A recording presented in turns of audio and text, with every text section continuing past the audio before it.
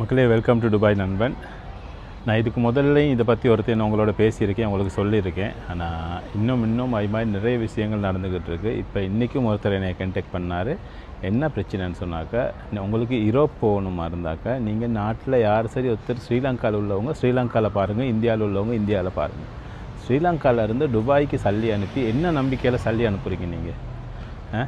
அங்கேருந்து சல்லி அனுப்பி இப்போ ஃபோன் ஆன்சர் பண்ணலன்ட்டு என்னையே கான்டாக்ட் பண்ணிட்டு நீங்கள் போய்ட்டு கொஞ்சம் பாருங்களேன் நாங்கள் ஊட்ட ஈட வச்சு கொடுத்துருக்கோம், கொஞ்சம் பாருங்களேன். நான் எப்படி போய்ட்டு பார்க்குறது? எனக்கு அது அப்படி போய்ட்டு எங்கள் யாருக்கும் அப்படி இங்கேயெல்லாம் போய்ட்டு பார்க்கலாது. அந்த மாதிரி மூடத்தனமான வேலையெல்லாம் செய்ய வேணாம். உங்களுக்கு எங்கே சரியாச்சும் யூரோப் கண்ட்ரி போகணுமா இருந்தால் நீங்கள் நாட்டில் உள்ளவங்களே பாருங்கள். உங்களோட ஊரில் ஸ்ரீலங்கா, தமிழ்நாட்டில் அங்கே யார் சரி இருக்கவங்க அங்கே உள்ளவங்க ஏஜென்சி மூலியமாகவே யூரோப் போகிறதுக்கு பாருங்கள். அது இல்லாமல் நீங்கள் துபாய்க்கு அனுப்பி துபாயில் அங்கே இவனுக்கு ஆஃபீஸ் இருக்கா இல்லையா வீடியோ போடுவானு, கோட் சூட்லாம் விட்டுட்டு ஹைப்பையாக இருந்து வீடியோ போடுவானு. ஆனால் அவனுக்கு ஆஃபீஸ் இருக்கா இல்லையான்றது ஒன்றும் தெரியாது யாருக்கும். ஒரு தேடி பார்க்காம அவன் கேட்டான்னு சொல்லிட்டு சரி காசை தூக்கி கொடுத்துட்டு இன்றைக்கி இப்போ அவனும் ஆன்சர் இல்லையாம், அப்படி ஒரு ஆஃபீஸும் இல்லையாம். அப்படி அங்கேருந்து இங்கே ஒரு லேண்ட்லைன் நம்பர் இருந்தோம், அந்த லேண்ட்லைன் நம்பரை கான்டாக்ட் பண்ணி பார்த்தா அந்த லேண்ட்லைன் நம்பரும் வேலை செய்யதில்லை. ஒன்றும் இல்லை, சும்மா இன்றைக்கி இப்போ பாருங்கள் அவங்களுக்கு காசும் இல்லை.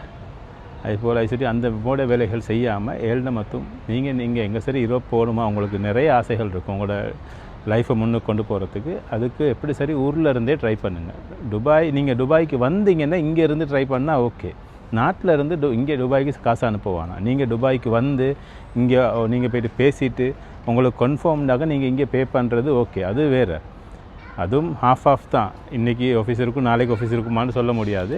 அது நீங்கள் எப்படி வந்து கண்ணால் பார்க்குறீங்களே இருந்துச்சு. அது சுற்றி உங்களுக்கு கொஞ்சம் சரி கன்ஃபார்ம் ஒன்று இருக்கும். ஆனால் அந்த ஒன்றும் கண்ணாலையும் பார்க்காம பிளைண்டாக நீங்கள் அங்கேருந்து காசை அனுப்புனீங்கன்னாக்கா அது நீங்கள் கடலில் போட்ட மாதிரி தான் அந்த காசை.